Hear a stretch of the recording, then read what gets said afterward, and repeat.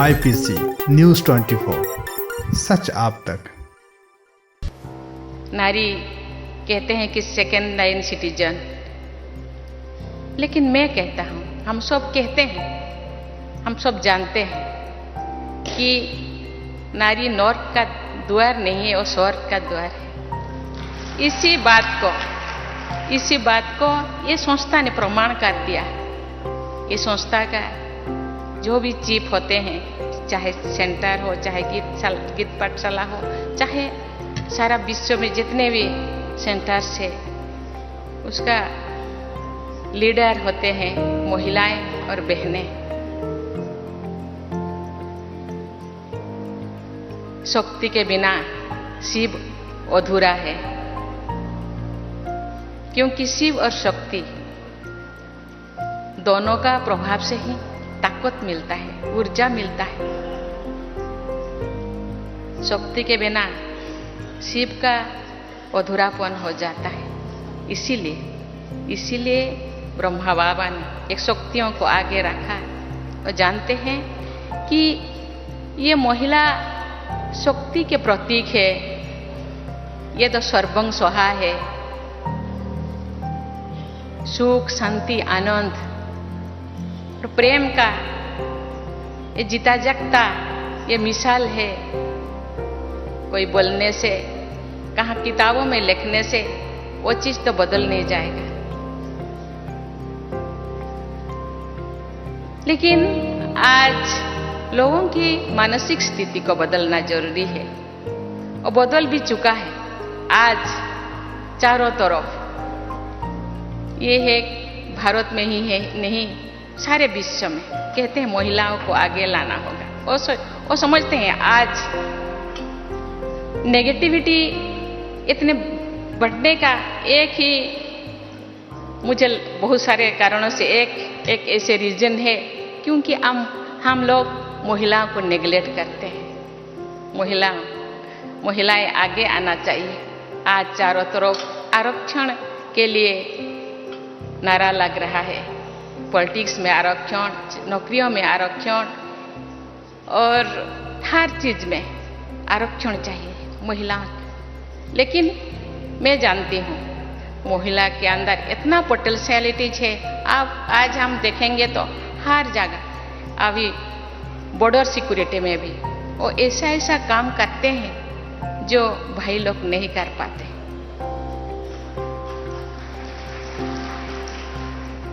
अपने आप को प्रूव करना चाहते हैं, उनके अंदर जुनून है, यस मुझे करना है, मुझे आगे बढ़ना है। किसी के पीछे, मेरे पीछे कोई रहना कोई जरूरी नहीं, मेरे अंदर पोटेंशियलिटीज है। इसीलिए आज आप देखेंगे तो CBSE का रिजल्ट, कोई मेडिकल का रिजल्ट, कोई IAS का result, IAS, OS, engineer, MBBS, जो भी आप रिजल्ट देखेंगे, बहनें अपने छात्राएं और पहले जो नंबर 10 पे उनका नाम 50 से ज्यादा रहता है। अपने आप को प्रूव करना चाहते हैं। हम पीछे नहीं है, हम आगे है, आगे बन सकते हैं, जा सकते हैं। इसीलिए ये जो संस्था, ये जो इतने सारे संस्थाओं को एक सूत्र में बांधना, कोई बाबा के भाषा में कोई मासी का घर नहीं है। इतने लोगों को इकट्ठे करना, मानसिक परिवर्तन करना, ये केवल ये संस्था महिलाओं के नहीं, समाज के हर वर्ग, हर श्रेणी को आगे लाने के लिए वो चाहते हैं। जो समाज के सब लोग आगे बढ़ेंगे तो विश्व परिवर्तन हो सकेगा। मुट्ठी भर मानव के साथ कोई परिवर्तन नहीं हो सकता, सबको आगे लाना होगा, आगे आना होगा। इसीलिए वो युवाओं को भी आगे लाने के लिए गांव-गांव वो रैली कर रहे हैं। सब जानते हैं जितने अभी जनसंख्या वृद्धि हो रहा है, इसके साथ ही अपना अनाज का भी बढ़ावा जरूरी है। इसीलिए लोग रासायनिक सार का वो खाद का यूज करते हैं, लेकिन देखा गया है कि रासायनिक सार यूज करते वक्त तो हम शारीरिक रूप से इतने नया बीमारी आ रहा है। इसीलिए ये संस्था ने जैविक सार, ऑर्गेनिक सार यूज करके वो गांव-गांव किसानों के अंदर ये बात को फैला रहा है।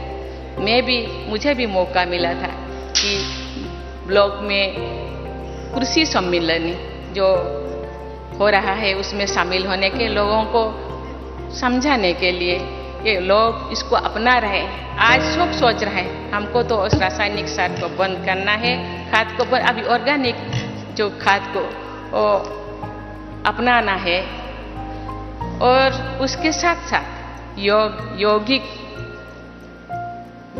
व्यवस्था को भी उपयोग करना है।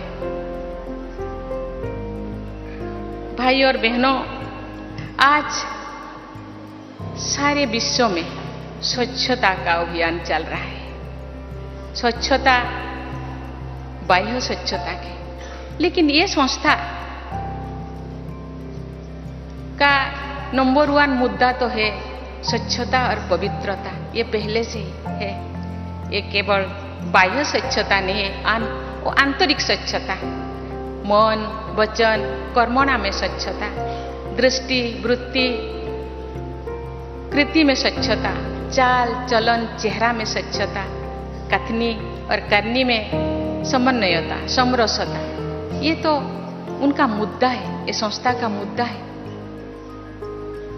हम जब गांव जाएंगे तो बाह्य स्वच्छता के, एटमॉस्फेयर के स्वच्छता के साथ साथ अपने अंदर के स्वच्छता के बारे में भी लोगों को समझाना है।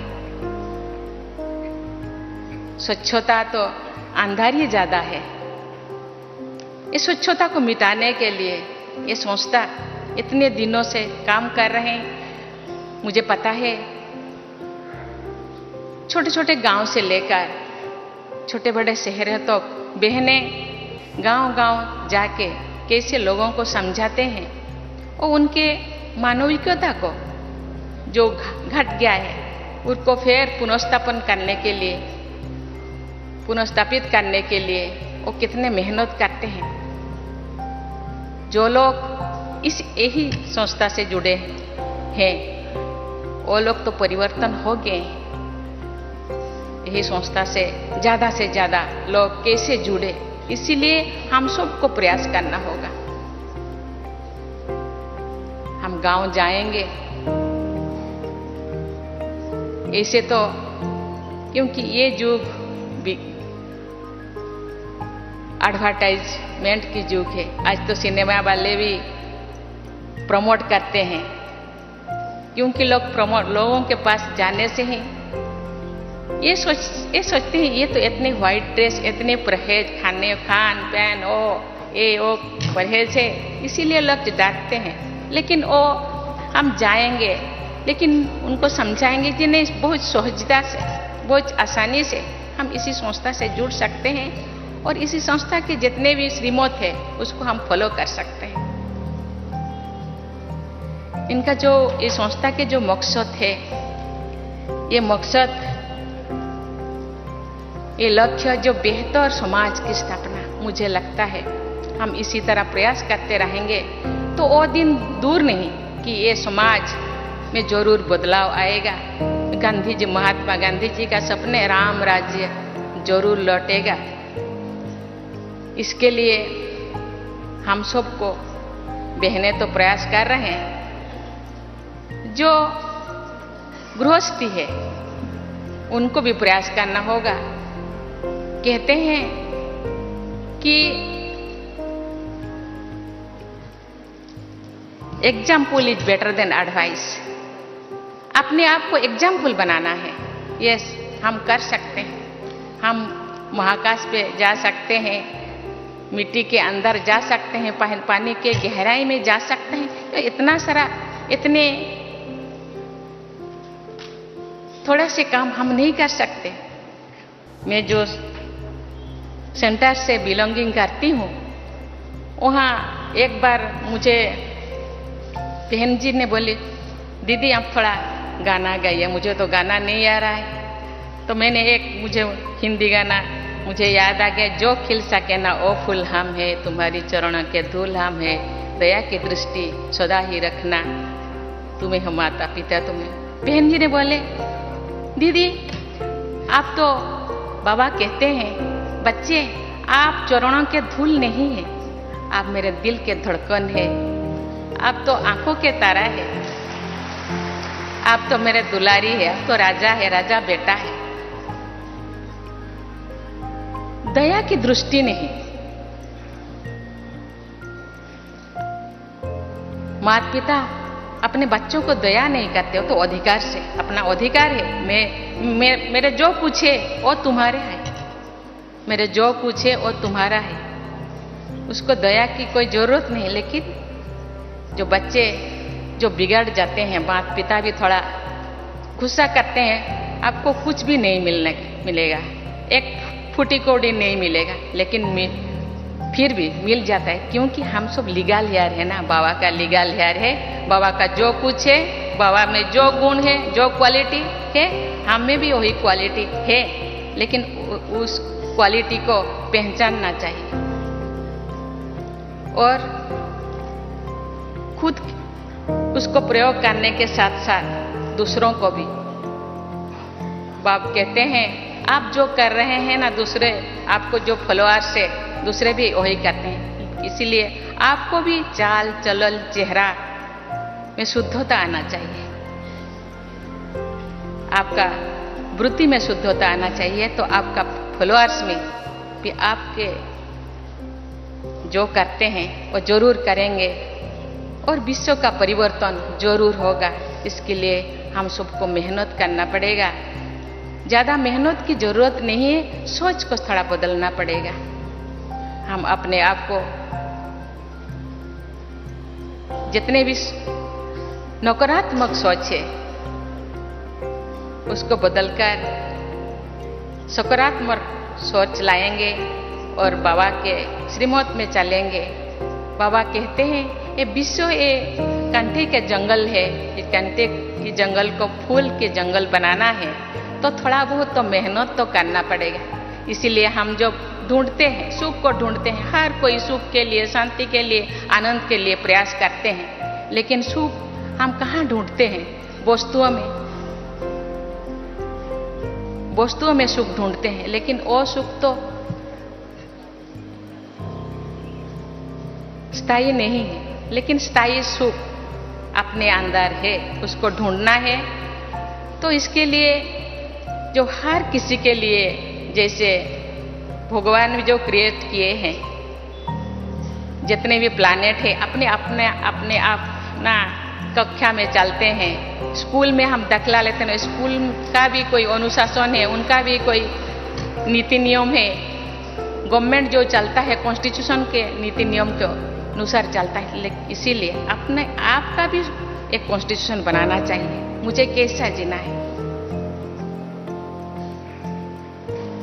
मुझे ऐसा जीना है कि मुझे देखकर बोले कि यस ये जो कर रहे हैं अच्छा कर रहे हैं, इसीलिए इतने फॉलोअर्स है। लेकिन इसी बात को, इसी मैसेज को लेकर के हमको गांव को जाना होगा, लोगों के पास जाना होगा, जरूर परिवर्तन होगा और राम राज्य जो सपना है महात्मा गांधी का वो जरूर वो पूर्ण होगा। और इस संस्था जो रूहानी संस्था जो पुनर्स्थापन, जो मूल्यों का जो पुनर्स्थापन करने के लिए जो सोच रहे हैं, आज चारों तरफ जितने भी यूनिवर्सिटीज है, यूनिवर्सिटी में आज वैल्यू एजुकेशन के बारे में सोचते हैं। आज थोड़ा बच्चे ये दुनिया के ये चकचक्यों को देखकर थोड़ा रास्ता भूल गए, उनको रास्ता दिखाना हम सब का काम है। इसीलिए मैं तो गवर्नर तो चांसलर होते हैं, अपना जो स्टेट में 5 यूनिवर्सिटीज है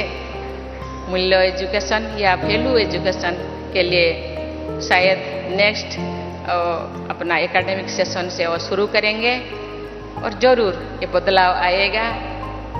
ये जो गीत है हम होंगे कामयाब एक दिन, जरूर हम होंगे कामयाब।